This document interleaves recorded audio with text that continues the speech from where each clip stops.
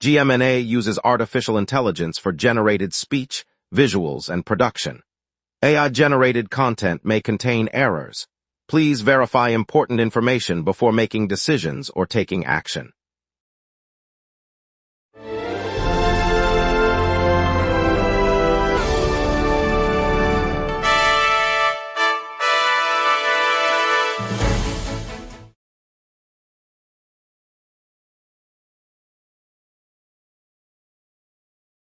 Good evening, I'm Renata Solano. We'll start with a look at the utility-backed campaign aiming to cap fire victim settlements, then a harrowing nighttime break-in Encino, plus the latest heat advisories sweeping Southern California. Traffic is building on the 5 and 101. Over to you, Bennett. Art on Ocean returns this Saturday, featuring more than 100 local artists installing murals and sculptures along the Pacific Coast Highway near Santa Monica. The free outdoor exhibit runs from noon until sunset, with live music on the boardwalk and food trucks serving vegan tacos and fresh lemonade. Family-friendly zones include an interactive paint-by-numbers wall, a pop-up poetry corner, and wheelchair-accessible paths stretching along the shoreline promenade for all visitors. With the Shoreline Art Festival brightening together our city, there's plenty to explore today, lots to get to. Let's begin. Here are our top stories. Utility companies are backing a campaign to impose caps on compensation for Los Angeles fire victims, aiming to limit total settlement amounts as the region recovers from recent wildfires. Noel Kirkpatrick has the full story. Officials behind a newly launched campaign say utility companies are putting money into a push that would cap the payouts fire victims can receive after the recent Los Angeles wildfires. The proposal would set a maximum ceiling on settlement amounts, limiting the total compensation each household could collect. Advocates for the plan argue the cap would bring predictability to the legal process, while critics warn it could leave families shortchanged after losing homes and belongings. The campaign comes as dozens of lawsuits are already moving through the courts, with survivors seeking damages for property loss, displacement, and health impacts. Utility firms, some of which faced scrutiny over power line safety, are contributing funds to support the effort. Noel Kirkpatrick, GMNA News, Los Angeles. Yesterday night, police responded to a reported burglary on the 4900 block of Edgerton Avenue in Encino. Around 11:15 p.m., a homeowner confronted 4 men who had forced entry into her residence. The woman, whose identity was not released, locked the intruders inside the foyer and demanded they leave, while she called 911. Officers arrived within minutes and arrested the 4 suspects without further incident.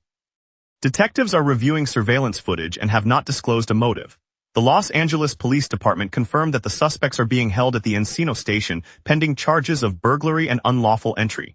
Neighbors said the incident has heightened concern in the community, which has seen few comparable break-ins in recent months.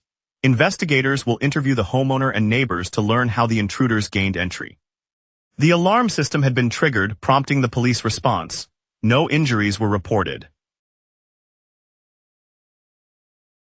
Earlier today, a AutoZone store in East Los Angeles was broken into and its interior ransacked during a street takeover that swept through the neighborhood. Police responded to reports of a large gathering of vehicles blocking the block on a main thoroughfare, and officers found the retail location forced open, shelves overturned, and merchandise scattered across the concrete. Investigators say the vandalism appears linked to the chaotic traffic jam that residents have seen repeat over the past weeks as groups seize streets for impromptu rallies. City officials have warned that the surge in illegal takeovers is straining public safety resources and prompting calls for stricter enforcement. The Los Angeles Police Department is reviewing surveillance footage and has asked anyone with additional information to come forward, while the store's owners assess the damage and plan repairs. A brush fire called Walnut Fire erupted in Wildwood Canyon on 1500 block of East Walnut Avenue, prompting Burbank police and firefighters to order evacuations of restaurants and close Stuff Canyon trails. Wesley Tran has the full story. The blaze ignited just after 3:30 p.m. in Wildwood Canyon, right along the 1500 block of East Walnut Avenue. Flames quickly leapt through dry brush, prompting Burbank police and city officials to issue evacuation orders for the nearby DeBell Restaurant and Golf Course, the Castaway Restaurant, and the Stuff Canyon Nature Center. Firefighters arrived within minutes, deploying engines and hand crews to contain the walnut fire. Access to the canyon's hiking trails has been shut down as crews work the perimeter. Residents in the immediate vicinity were instructed to seek shelter while the blaze is being tamed. No injuries have been reported so far. Wesley Tran, GMNA News, Wildwood Canyon. Santa Monica Superior Court denied Waymo's bid on Friday to pause an overnight recharging injunction covering 2 city parking lots while its appeal proceeds. Judge Bradley S. Phillips ruled the company's request hinged on a marketing employee's statement that was deemed hearsay and offered no fresh evidence to overturn the order. The injunction, issued earlier this year, bars the autonomous vehicle firm from charging its driverless cars after dark at the designated lots. Waymo had argued the restriction hurt its operations and asked the court to stay enforcement pending review. The judge's decision leaves the ban in place, meaning the company must continue to power its fleet during daytime hours only. The ruling underscores the court's insistence on concrete proof before modifying a court-ordered restriction. Santa Monica City officials said they will continue to enforce the order and monitor compliance at the 2 sites. Coming up, we break down the Inglewood multi-vehicle crash that claimed 2 lives and injured 2 more. Stay with us, we will be right back. Every day, important stories happen across the city before any news crew arrives. Sometimes, the very first person at the story is you. When you witness something newsworthy, open the GMNA Citizen Reporter app and start your report. The app guides you through every step while your report is delivered directly to the GMNA newsroom. Every submission is reviewed by our editorial team, and approved reports may be featured on GMNA. Get the GMNA Citizen Reporter app today at my.gmna.ca. Your city, your news. Welcome back. 2 people were killed and 2 others injured Saturday morning in a multi-vehicle collision on a street in Inglewood, California. The crash, which involved several cars, occurred on August 8 and prompted a rapid response from local emergency services. Firefighters, paramedics, and police arrived on scene within minutes, securing the area and providing medical care to the injured victims. The Los Angeles County Sheriff's Department confirmed that the investigation is ongoing and that investigators are collecting evidence to determine the cause of the collision. Traffic on the affected roadway was rerouted while crews worked to clear the wreckage. The 2 fatalities have been identified by authorities, and the injured parties were transported to nearby hospitals for treatment. No further details have been released at this time. Authorities will release additional information as the investigation progresses. Ridge fire near the Los Angeles County-Kern County line remains 30% contained, but evacuation warnings stay in place as fire crews work to protect the Gorman area. Julian Mercado has the full story. Fire crews say the Ridge Fire, a fast-moving brush blaze just north of the Los Angeles-Kern County line, is currently 30% contained. Smoke plumes are still visible over the Gorman Hills as crews work from multiple angles to secure the perimeter. Evacuation warnings remain in place for residents on the north side of Highway 1 and nearby ranches, with officials urging anyone in the designated zone to stay packed and ready to leave if instructed. The fire, first reported late Tuesday afternoon, has jumped dry chaparral and threatens a stretch of the old rail corridor. Additional resources, including air tankers and ground crews, continue to be deployed as the situation evolves. Julian Mercado, GMNA News, Gorman. Yesterday, a vehicle plowed into a classroom at a Glendale preschool during its summer camp program, injuring 8 children. First responders arrived within minutes, evacuating the room and transporting the youngsters to nearby hospitals where doctors reported only minor injuries. Parents gathered outside the school while police secured the scene and began an investigation into how the driver entered the premises. The preschool, which serves families across the San Fernando Valley, temporarily closed for the day as officials assess any structural damage.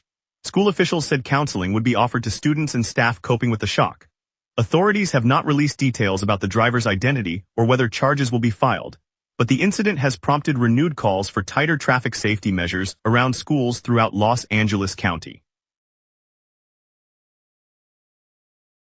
Ruby, the beloved red panda at the Santa Barbara Zoo, died earlier today, just weeks after the loss of her 2 newborn cubs. The 12-year-old mother had celebrated her first successful breeding last month, only to see the tiny cubs succumb to an unknown illness. Zoo staff said Ruby's health declined rapidly after the tragedy, and veterinarians were unable to revive her despite intensive care. Zoo officials released a statement expressing deep sorrow and thanking the public for the outpouring of support during the difficult months. Ruby's brief stint as a mother highlighted the challenges of breeding endangered species in captivity. Ruby had been part of the species survival plan, and her passing leaves the program without a breeding female for the upcoming season. The zoo will hold a private remembrance for the panda later this week, and plans to continue its conservation program for red pandas. Heat advisories and extreme heat warnings remain in effect across Southern California as temperatures stay unusually high this summer. Noel Kirkpatrick has the full story. Heat advisories and extreme heat warnings remain in effect across Southern California as of today, August 8, 2026. Temperatures are lingering well above seasonal averages, with many areas reporting highs that push into the 100-plus degree range. The National Weather Service has extended the advisories through the weekend, urging residents to stay hydrated, limit outdoor activity during peak heat, and check on vulnerable neighbors. Local officials are opening cooling centers in community halls and libraries, offering air-conditioned respite for those without home cooling. Power utilities are on alert for increased demand, and crews are positioned to respond to any outages caused by the heat strain. Updates will follow as conditions evolve. Noel Kirkpatrick, GMNA News, Los Angeles. Now let's turn to our meteorologists for a quick look at tonight's weather outlook. A southerly jet stream and rising pressure are steering today's dry, stable air across the basin. On this date, the city recorded a high of 87 degrees in 2025, set during an early season heat surge that briefly cracked the seasonal norm of 83 degrees. The low plummeted to 55 degrees in 2015, a surprise chill that arrived with an offshore flow and a rare Arctic dip. Normal highs sit around 83 degrees with lows near 64, so today's 90-degree peak feels notably above average, while the night will dip to 66, still warmer than the historic low. The live radar is completely quiet, showing no rain echoes across the Los Angeles basin. A shallow, high-pressure ridge aloft is suppressing lift, while the low-level jet at 23 miles per hour from the south keeps moisture locked out of the coastal plain.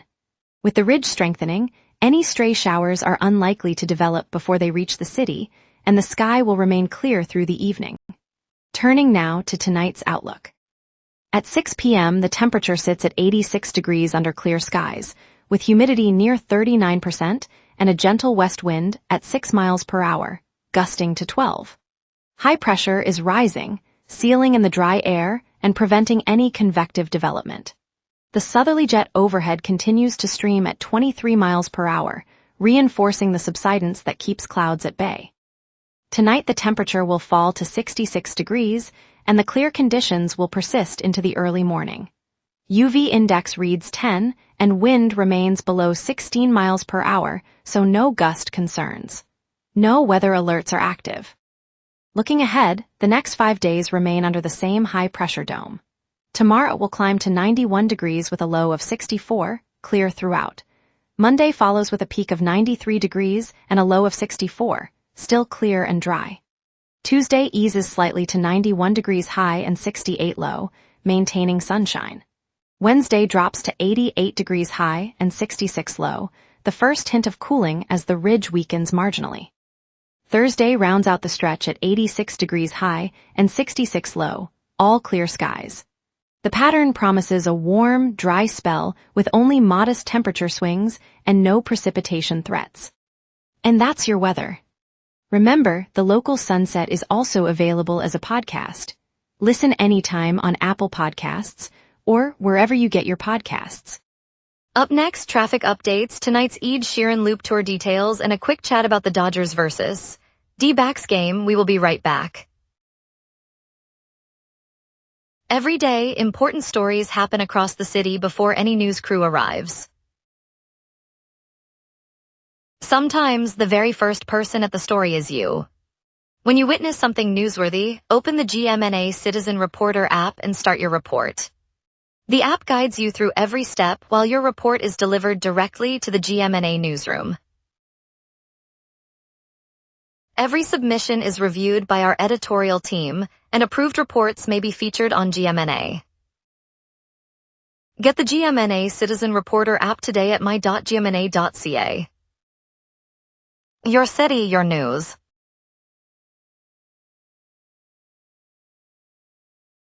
All major arteries are moving freely this evening. The 405 northbound through the Sepulveda Pass, the 10 westbound near downtown, and the 101 eastbound through the Hollywood corridor show no delays. Surface streets from Sunset Boulevard to Melrose Avenue and the Santa Monica Freeway at the Westwood interchange are clear. With no accidents or construction reported, drivers can expect a smooth ride through the rush hour bottlenecks. However, as the evening peak builds, anticipate the 110 southbound near the Harbor Freeway and the 710 northbound at the Valley Junction to start thickening around 10 minutes after sunset. Commuters heading to the west side should watch the 405 southbound at the Century City exit, as traffic typically builds there after 6 p.m. for those using Metro, Red Line and the Expo Line remain on schedule, and the bus routes along Wilshire and Vermont continue without interruption. Stay tuned for any updates. Ed Sheeran's Loop Tour lands at SoFi Stadium today, a rare chance to hear the singer-songwriter perform his newest hits and beloved ballads on a massive stage. If you're cruising the beach corridor, Art on Ocean rolls through Palisades Park in Santa Monica, a free outdoor festival that gathers more than 100 visual artists, live bands, and food trucks, perfect for a family afternoon. For a night under the stars, head to Hollywood Forever Cemetery where Cinespia is screening The Mummy, the classic 1999 horror adventure that still chills and offers a cool open-air movie vibe. Looking ahead, the city will transform next week for KCON 2026, the world's biggest K-pop festival, set to take over Los Angeles with dozens of international acts, fan panels, and pop culture merch you won't want to miss. It's the perfect way to celebrate summer in LA, with music, art, and culture all in one day. And now here's Terrence with sports. Desert heat, free agency drama, and a new center reshape LA's sports landscape tonight.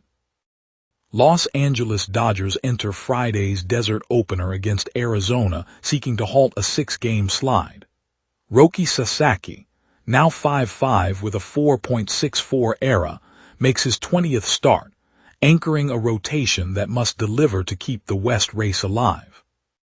Golden State's Jonathan Kuminga remains the free agency headline, with every Lakers fan watching to see if the forward will join Los Angeles.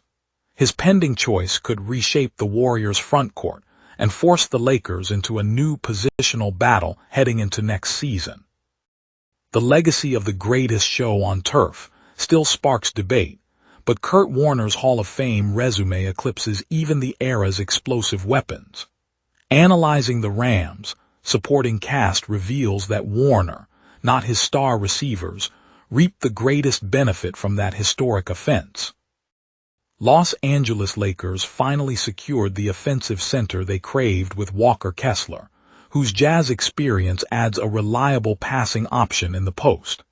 Kessler's skill set promises to open up perimeter shooters and could settle the Lakers' long-standing interior identity question. Veteran big man Kevon Looney arrives in Los Angeles with a chip on his shoulder, promising to inject championship grit into a Lakers roster already brimming with talent. His experience on winning squads could mentor the young frontcourt, while his defensive instincts add depth as the season ramps up.